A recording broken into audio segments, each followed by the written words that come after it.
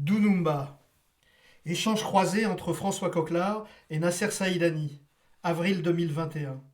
Afin de toujours mieux apprécier ce qui nous occupe, à savoir la percussion telle qu'on la pratique en Guinée, il nous a semblé intéressant de collecter des informations, les plus fiables possibles, en les comparant avec d'autres sources, d'autres informateurs, d'autres écrits, d'autres vidéos, aujourd'hui nombreuses sur Internet.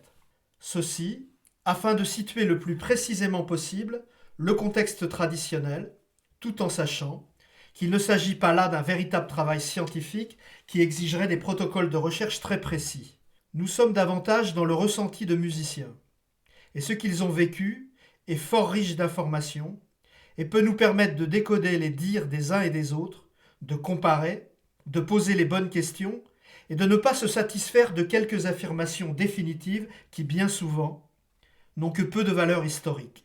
La barrière du langage est aussi un vrai problème car la traduction, souvent imprécise et orientée, est la porte ouverte à toutes les ambiguïtés, les approximations et les fantasmes. Après notre publication sur le Sosornais, qui allait davantage dans le sens d'une approche plus ethnologique, car nous n'avons pas encore trouvé de documents sonores fiables et peu d'informations sur le rythme traditionnel utilisé lors de la sortie du masque. Mais les investigations continuent. Nous allons donc continuer avec les rythmes que nous avons joués avec l'Ensemble national des percussions de Guinée lors du concert réalisé au Centre culturel franco-guinéen de Conakry le 5 février 2021, à savoir Dunumba, Coucou, Sosornais pour la première partie et Triba et Kawa pour la seconde, avec une analyse fine de ce qui est joué. Cela permettra d'étudier et de mettre en perspective la façon dont les artistes se sont appropriés les rythmes traditionnels et comment ils les ont arrangés façon ballet. Les rythmes et les phrases jouées au village. On désigne le plus souvent par rythme un événement lié à une fête ou une cérémonie dans un contexte social et culturel bien défini. Travaux champêtres, sorties de masques, etc. Danse, musique, réjouissance, convivialité y sont toujours intimement imbriqués. Les rythmes et les phrases jouées dans les ballets, quant à eux, sont issus du contexte traditionnel mais arrangés pour la scène. Il s'est créé ainsi au fil du temps un véritable répertoire de ballets qui est le plus souvent très éloigné du répertoire traditionnel, chaque arrangeur apportant sa touche personnelle. Les appels et les blocages ont été créés pour la nécessité de la scène et constituent autant de signaux musicaux très utiles pour le déroulement de la chorégraphie. Au village, c'est un peu différent.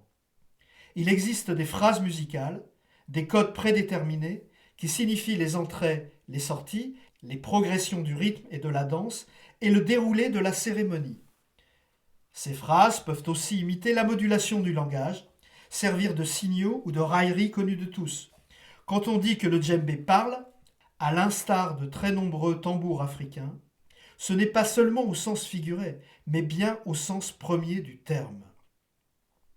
Les solistes marquent les pas de danse et utilisent un système de chauffée, densification du rythme, suivi d'une phrase de sortie de chauffée pour conclure une phase de danse. Actuellement, la grande majorité des batteurs urbains de ballet ne sont que très peu en contact avec le répertoire traditionnel et ne connaissent que le répertoire des ballets. La musique est au service du spectacle et naturellement, à l'instar de la logique du ballet, elle privilégie la performance, la virtuosité et le spectaculaire. Il y a encore une grande confusion entre village et ballet. Deux contextes bien différents qui ont des fonctions très différentes. Ces explications sont nécessaires pour démystifier la pseudo-traditionnalité des rythmes joués dans les ballets, et d'autre part, elle permet de mettre en lumière le véritable talent des musiciens arrangeurs des ballets. La culture du ballet s'est enfermée dans une vision néo-traditionnelle, post-colonialiste, qui conforte un public néophyte non africain dans une image caricaturale d'une Afrique rêvée et romancée, au point de devenir généralisée. Partout en Afrique et dans le monde, le ballet néo-traditionnel est positionné comme la référence historique et folklorique occultant d'une part la richesse infinie de la source traditionnelle, de la force du collectif, du groupe, son inventivité permanente qui s'inscrit dans une continuité temporelle liée au rythme naturel de la vie. mais d'autre part, par le fait, la créativité exceptionnelle des ballets. Par la force des choses, les djembé fola, littéralement celui qui fait parler le djembé en langue maninka, à de rares exceptions près, ont adopté une posture devenue norme, dont les fondements sont la mythification des récits, une grande approximation, beaucoup d'affabulation et d'édulcoration, souvent même, carrément, des mensonges éhontés qui tiennent de la mythomanie, d'où une immense confusion générale. Ces informations ont été recueillies auprès de Nasser Saïdani, professeur à l'École nationale de musique de Villeurbanne, titulaire du diplôme d'État et du certificat d'aptitude de percussion mandingue, qui a effectué de nombreux séjours en Guinée entre 1989 et 2007, et plus précisément entre 2000 et 2007 à Baro et dans les villages avoisinants en Haute-Guinée. Il a d'autre part étudié de nombreuses sources. Il faut aussi savoir qu'il est proche de Mansa Kamio, Bérédou, avec lequel il a réalisé un CD à sortir prochainement, et qu'il a réalisé les disques Guinée Percussion et Chant Malinké, ensemble Amana Daba, volume 1 et 2, chez Buda Musique, collection Musique du Monde, avec Famoudou Konaté. Il nous parle donc ici de ce qu'il a joué, de ce qu'il a vu, de ce qu'il a retenu de ses entretiens, ressenti, et de ce qu'il a perçu à une époque donnée, dans un lieu donné. Le djembé fola n'a aucun problème à échanger des rythmes contre argent sonnante et intérêt précis. C'est une chose courante, aisée pour les batteurs, rompus à l'exercice au cours de stages nationaux ou internationaux et de séjours culturels au village, principalement lorsqu'ils sont issus de la capitale, où dès les années 90 sont venus des stagiaires du monde entier, prêts à les rémunérer en échange de cours et de stages. C'est un peu moins vrai au village, mais compte tenu de nombreux séjours culturels organisés et de l'argent qui circule, les choses changent vite.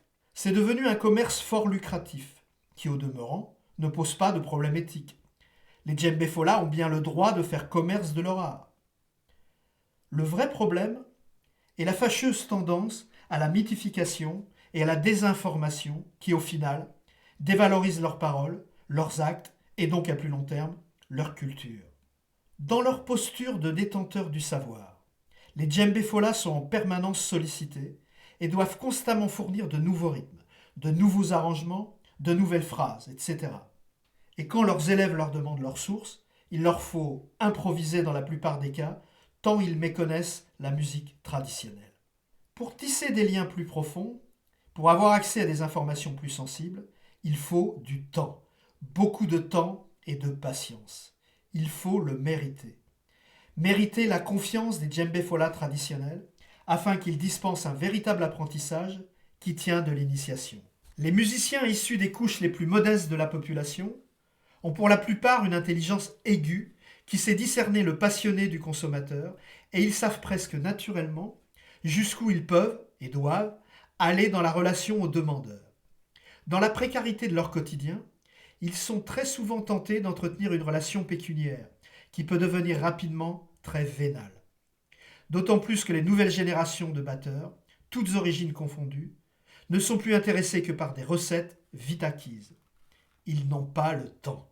Alors que penser de l'extraction du rythme et de la danse, de la globalité des contextes social, culturel, historique, cosmogonique et chamanique, cheminement inéluctable, hérésie, incohérence flagrante, opportunisme éhonté, immense gâchis, naïveté édifiante, c'est à chacun de se faire un avis.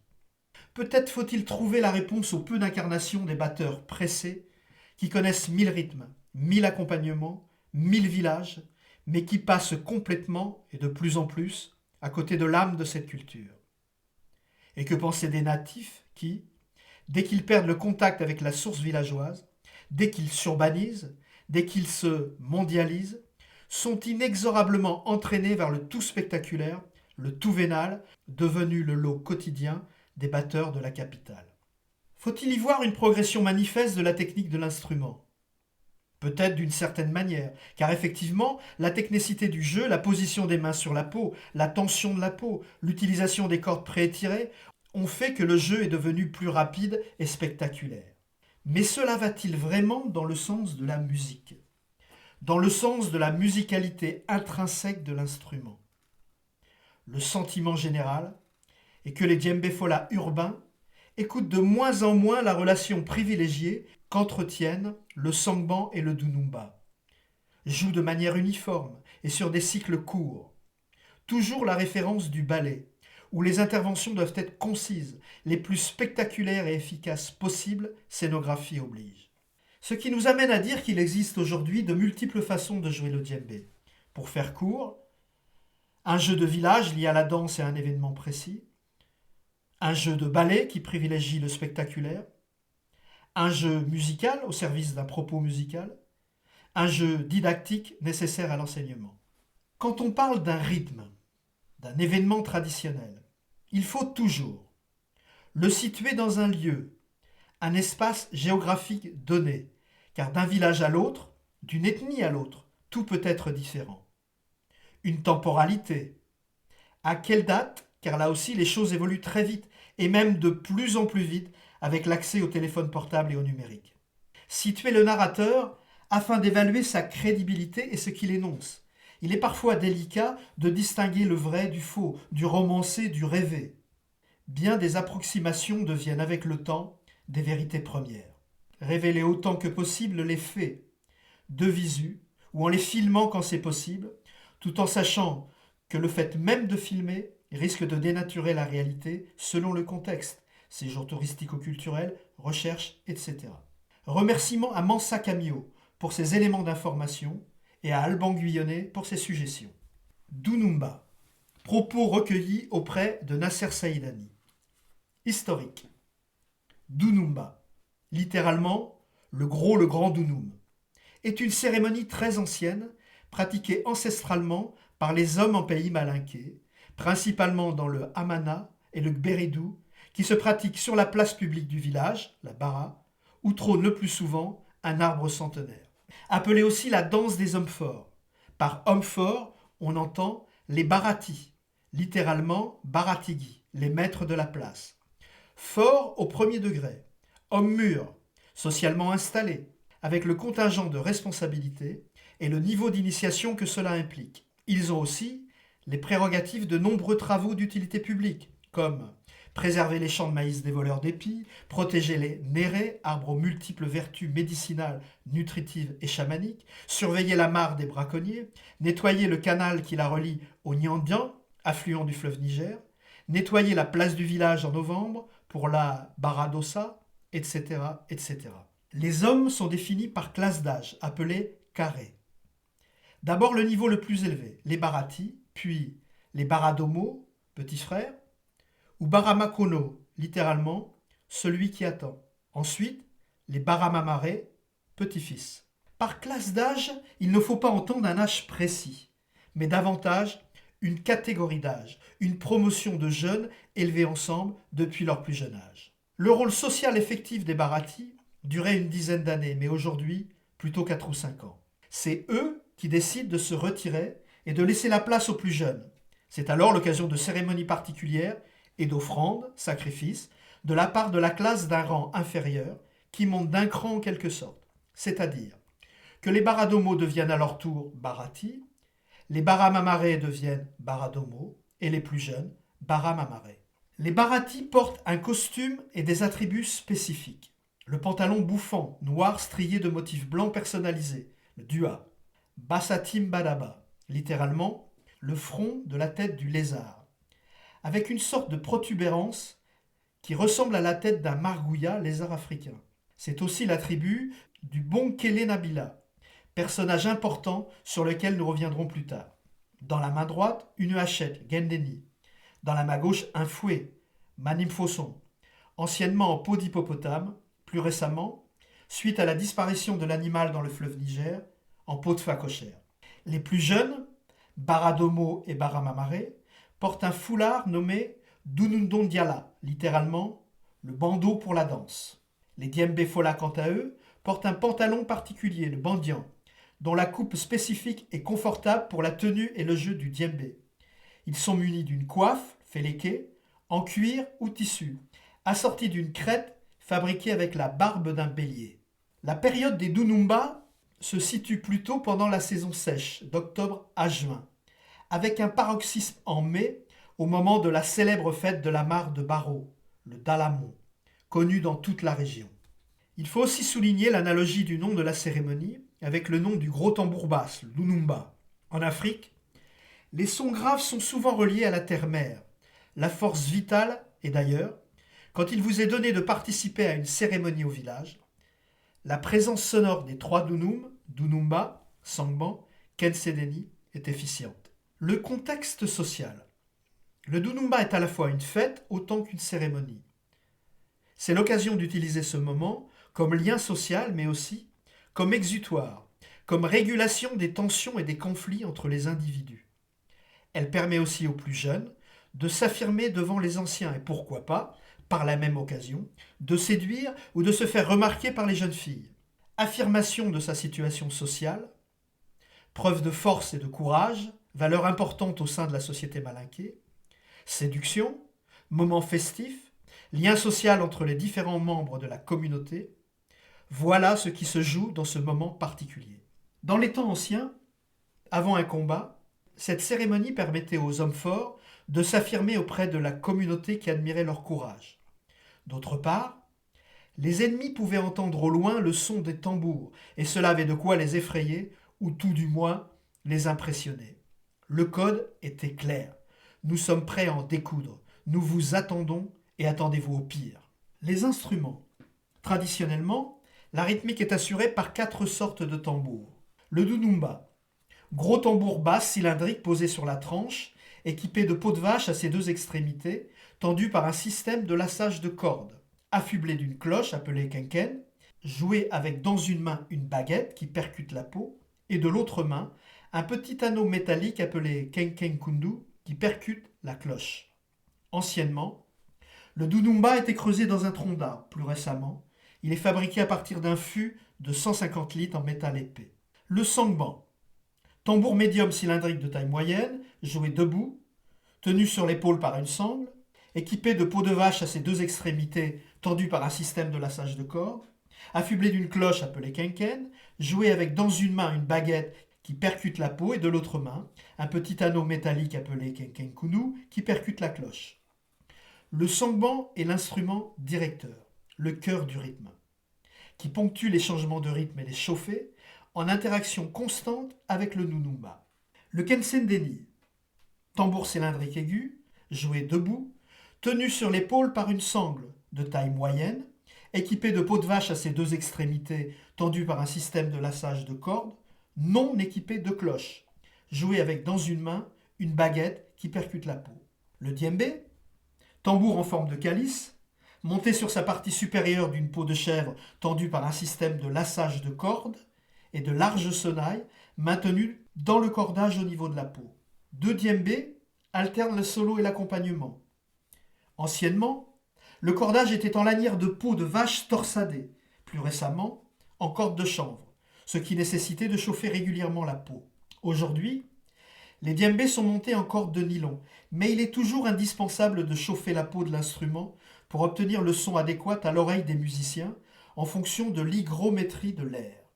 Il faut aussi souligner que les djembés fola de village jouent sur des peaux beaucoup moins tendues qu'en zone urbaine, ce qui a aussi pour effet de faire résonner les sonnailles de manière conséquente. Cela vient du fait que le jeu d'accompagnement et de marquage de la danse ne nécessite pas la virtuosité du jeu de ballet, basé davantage sur la brillance du soliste, au grand détriment de l'écoute du groupe. Les djembés fola de village sont concentrés sur l'écoute de la polyrythmie et de la polyphonie de la trilogie des dunum.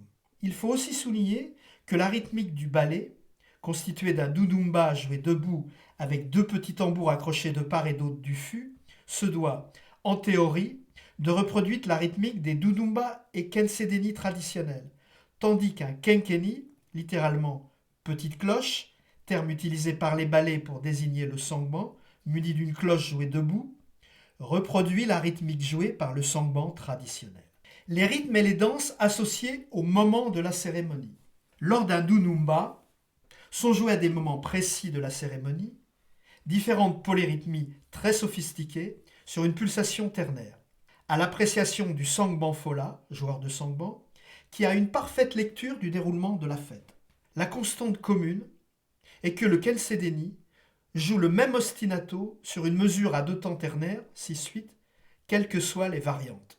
Avant le début de la fête, les musiciens se retrouvent le matin dans la concession des Camara, la Camarala, les forgerons qui détiennent les instruments dans une case, la tiboun, dédiée à cet effet.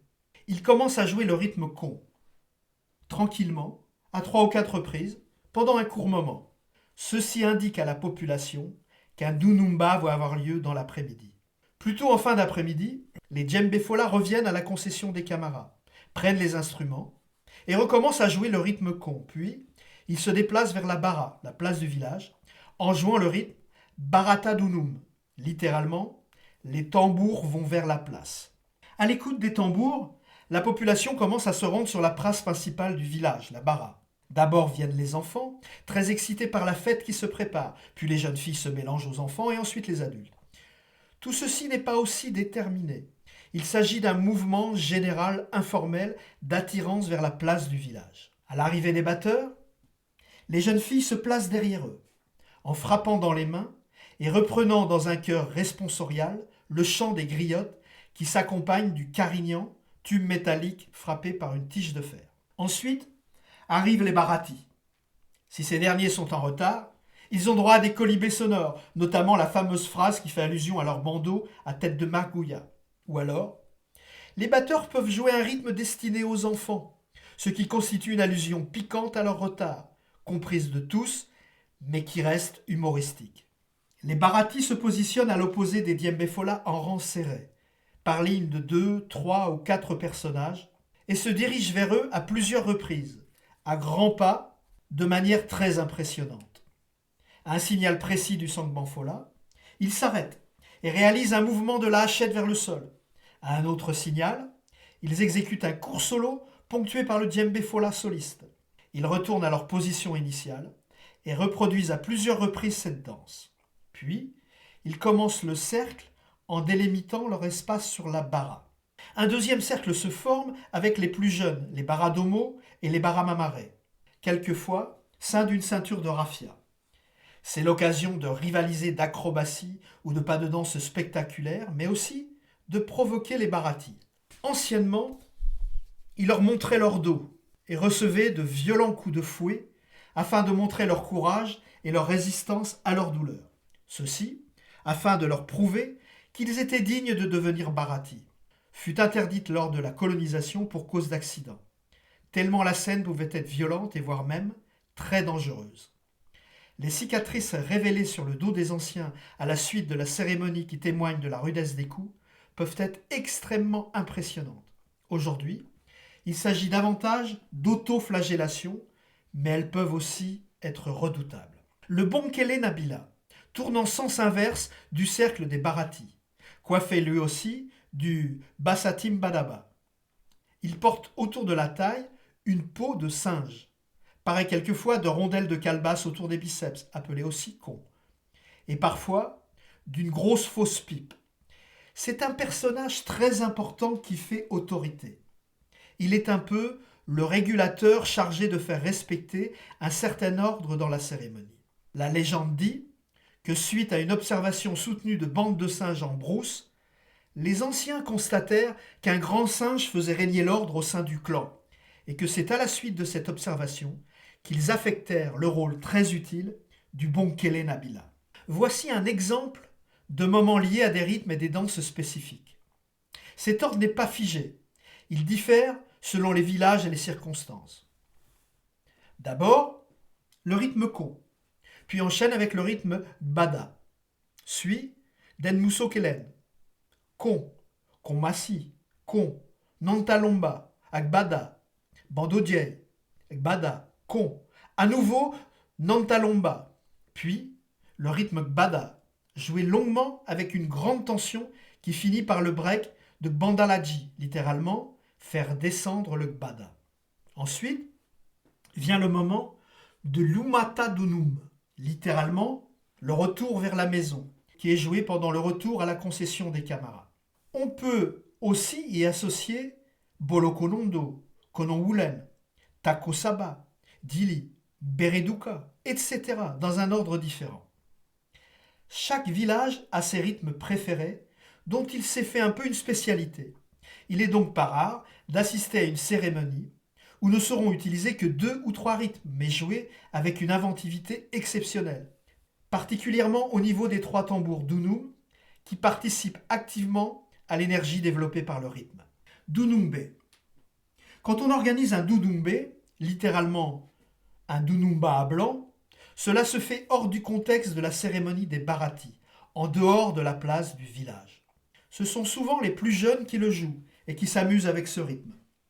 D'autres rythmes et danses sont réalisés selon l'inspiration des participants. Après une longue saison d'hivernage, saison des pluies, afin d'égayer les villageois, il n'est pas rare qu'un dunumbe ouvert à tous soit organisé. Il faut souligner que le rythme ko est appelé très souvent à tort dunumbe. De nos jours, le dunumba est devenu très populaire. On le retrouve dans toute l'Afrique de l'Ouest et dans le monde entier. Même s'il a fortement muté par rapport à l'original, il n'en reste pas moins la pulsation ternaire et la façon particulière de placer les accompagnements. Le phrasé des batteurs du djembé monde puise dans le répertoire moderne spécifique au ballet et n'a que peu de rapport avec celui des batteurs de village. Le rythme est revisité selon l'inspiration personnelle de chaque musicien. En milieu urbain, principalement à Conakry, on nomme Dunumba, toutes ethnies confondues, hommes et femmes mélangés, toutes sortes de fêtes populaires, toutes ethnies et générations confondues, qui ressemblent quelque peu, sous de nombreux aspects, à la fête traditionnelle. Célébration d'anniversaire, événements familiales, etc. Les rythmes utilisés peuvent appartenir à la famille de se jouer dans la cérémonie traditionnelle ou pas du tout. On peut y entendre indifféremment soko, soli, etc. On y retrouve des pas de danse, des situations, plus ou moins empruntées au village, mais qui, pour la plupart, font référence à celles vues dans les ballets. C'est l'occasion de faire la fête, de vivre un moment convivial, de danser au son des tambours. Cette pratique est encore très courante dans le milieu populaire de Conakry ou dans les grandes villes régionales. L'exemple de la façon dont l'ensemble national des percussions de Guinée s'approprie Dunumba va dans le sens de notre analyse globale. Il s'agit de l'influence des rythmes traditionnels, mais adaptés à la scène, avec le souci constant du respect d'une forme d'essentialité du rythme. Le morceau de l'ensemble national des percussions de Guinée, première partie djembé, joué au Centre culturel franco-guinéen le 5 février 2021, décrypté par Nasser Saïdani. De 1 minute 30 à 2 minutes 20, c'est le rythme con. 2 minutes 20 à 2:33, Bolo Konondo. 2:33, 3 minutes, le rythme con. 3 minutes, 6 minutes 30, Kono Wulen. 6 minutes 30, 6:40, sur le break des djembé, le tambour Dunumba reste sur Kono Wulen, mais Fatou Abou joue la partie Bada du Sangban au Kenkeni. 6 minutes 40 à 6:51, on revient sur Bolo Konondo.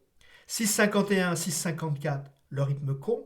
6:54, 7 minutes 15, Bada. 7 minutes 15, 9:48, Kono Wulen.